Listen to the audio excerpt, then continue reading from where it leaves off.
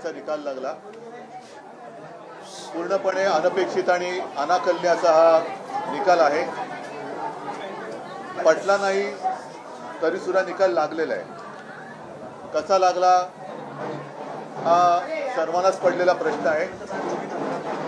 तरी देखील जे जिंकले त्यांचं मी अभिनंदन करतो आणि ज्यांनी प्रामाणिकपणाने महाविकास आघाडीच्या उमेदवारांना मतं दिली त्यांना मी मनापासून धन्यवाद देतो।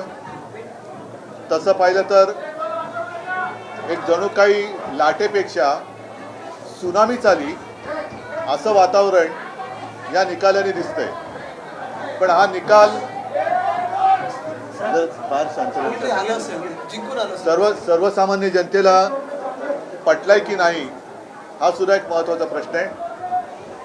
एकूण आकडे जे काही दिसत आहेत ते आकडे बघितल्यानंतर या सरकारला अधिवेशनामध्ये एखादं बिल मंजुरीसाठी मांडण्याची गरजच नाही असे आकडे आहेत।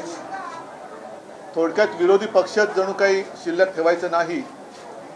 आणि 1-1.5 वर्षापूर्वी भारतीय जनता पक्षाचे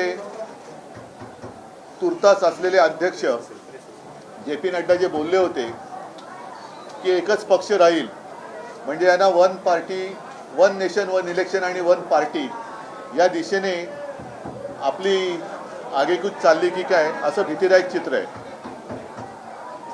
एकूणच हा निकाल जर का बारकाईने पाहिला तर आम्ही ज्या काही प्रचार सभा घेतल्या संपूर्ण राज्यभर आम्ही सगळेच फिरलो। सुषमाताई आहेत, अनिल आहेत, आदित्य आहे, संजय आहे, मी स्वतः आहेत। हा निकाल म्हणजे लोकांनी महायुतीला मतं का दिली? सोयाबीनला भाव मिळत नाही म्हणून दिली का? कापसाची खरेदी होत नाही म्हणून दिली का?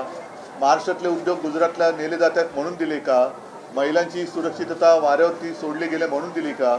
म्हणजे नेमकं कळत नाही की कोणत्या प्रेमापोटी हा शब्द चुकीचा आहे, रागापोटी अशी ही लाट जणू काय उसळले हे कळत नाही आहे।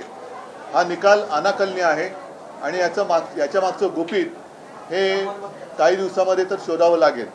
तूर्त मी महाराष्ट्राच्या जनतेला सांगतोय की आपण निराश होऊ नका, खचून जाऊ नका।